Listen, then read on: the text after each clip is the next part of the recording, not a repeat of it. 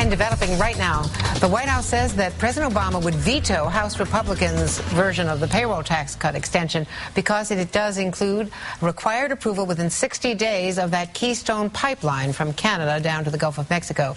Democratic Congressman Steve Israel from New York is also the chairman of the Democratic Congressional Campaign Committee and joins me now. Hey, Congressman, thanks so much for joining us. Do you agree with the president's veto threat on the payroll tax extension if it includes this pipeline authorization? Well, I do, and I think it even goes beyond the pipeline. The Republican payroll tax cut would actually cut Medicare by between $400 and $500 million. You know, every election, Andrea, and every vote is about who you're for and whose priorities you're going to stand up for. House Democrats in this White House have been fighting to extend a payroll tax cut that will save middle class and working families $1,000. And House Republicans have been relentless in opposing it.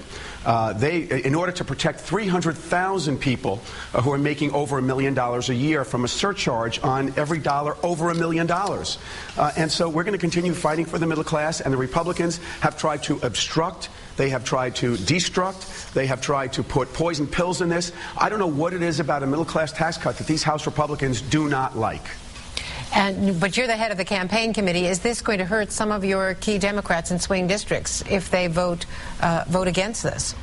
No, look, House Democrats, those voters in those swing districts know full well that House Democrats want a very simple, clearly understood proposition that if you're in the middle class, you continue to get that $1,000 tax cut. And it's House Republicans who are saying no tax cut for middle class families in order to protect the 300,000 of the richest Americans. We're going to drive that contrast. And there's one even more onerous contrast, and that is, how do the Republicans pay for their extension of the tax cut, Andrea? They pay for it by cutting Medicare for senior citizens between $400 and $500 million. So they give the middle class a little something with one hand, and then they take it away from middle class seniors with the other hand, and it is fundamentally wrong, and it is why they are in so much trouble politically. Now, the payroll tax seems to be an issue that the Republicans are on the defensive. You know, let's face it, the White House has gotten out in front of them on that. At the same time, there is quiet agreement behind the scenes, we're told, on a continuing resolution to avoid another government shutdown. You guys have figured out that America is really angry at Congress and that no one wants to see this whole charade again of another showdown between Democrats and Republicans. So is that going to get done? And are you going to end up... Does John Boehner need Democratic votes on the payroll tax extension? Is there going to have to be a compromise on this as well? Well, since day one, since the Republicans took the gavel and took the majority, Democrats have consistently said, we will entertain a fair compromise. You will get Democratic votes on something that is fair to the middle class and working families. In March, they tried to shut down the government over a woman's right to go to Planned Parenthood for health care. In August, they tried to shut it down over the debt ceiling, despite the fact that Democrats were willing to make some pretty tough compromises. And now here we are in December. We have again said to Speaker Boehner and to Republicans, as long as it's fair to the middle class, then we will support a budget and funding resolutions that continue the operation of government. Have you already compromised away military women's rights to certain contraceptive help, to abortion, for instance, if they are raped?